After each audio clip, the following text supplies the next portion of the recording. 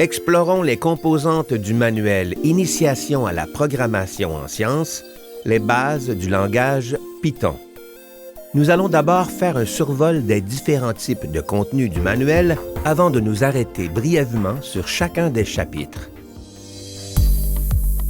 Les étapes à suivre et les bonnes pratiques de programmation sont mises de l'avant.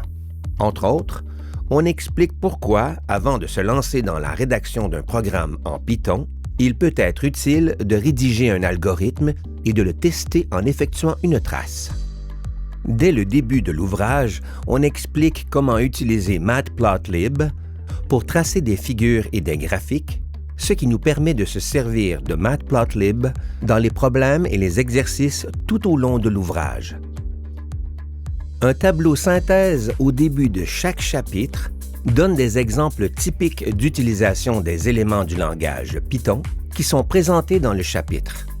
Ces tableaux sont aussi pratiques pour la préparation de cours des enseignants que pour la révision des étudiants. De plus, la coloration syntaxique utilisée dans le manuel rend les programmes plus faciles à lire. Plusieurs encadrés répartis dans l'ouvrage présentent les erreurs les plus fréquentes que l'on peut faire ainsi que certaines techniques pour déboguer les programmes. Les exercices de fin de chapitre ont des titres et sont numérotés en incluant le numéro du chapitre, ce qui facilite le repérage des réponses à la fin du livre.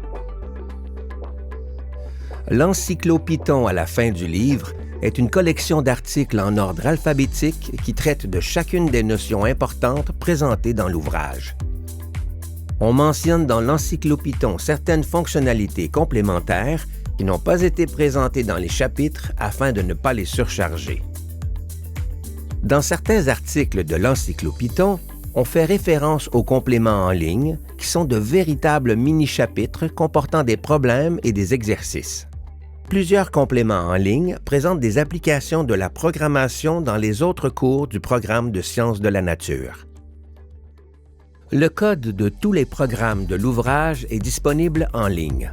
On peut donc facilement copier le code dans l'environnement de développement intégré que l'on préfère. Les programmes sont également disponibles dans des cahiers Google Colab, ce qui permet de les exécuter directement sur le web sans devoir installer Python sur son ordinateur.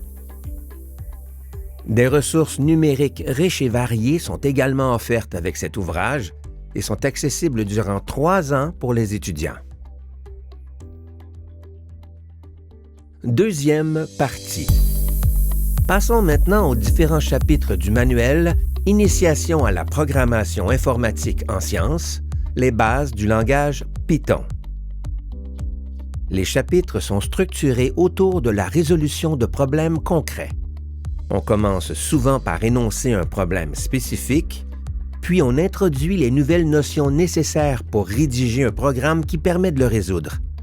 De cette manière, on comprend mieux pourquoi on introduit chacune des notions. Au chapitre 1, on considère des exemples mathématiques simples pour présenter les bases du langage Python. En particulier, on explique comment utiliser le code de format G de la fonction format pour arrondir une valeur numérique à un certain nombre de chiffres significatifs, ce qui est particulièrement important en physique et en chimie. On en profite également pour expliquer comment gérer les inévitables erreurs d'arrondi qui apparaissent lorsqu'on travaille avec des nombres à virgule flottantes. Dès le chapitre 2, on présente les fonctionnalités de base du modèle Pyplo de la bibliothèque Matplotlib.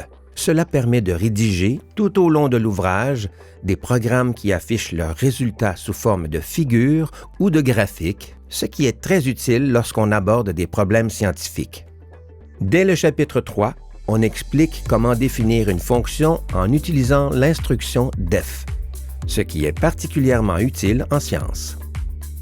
On explique qu'il est possible de rédiger un programme de manière modulaire en définissant des fonctions qui font référence aux besoins à d'autres fonctions.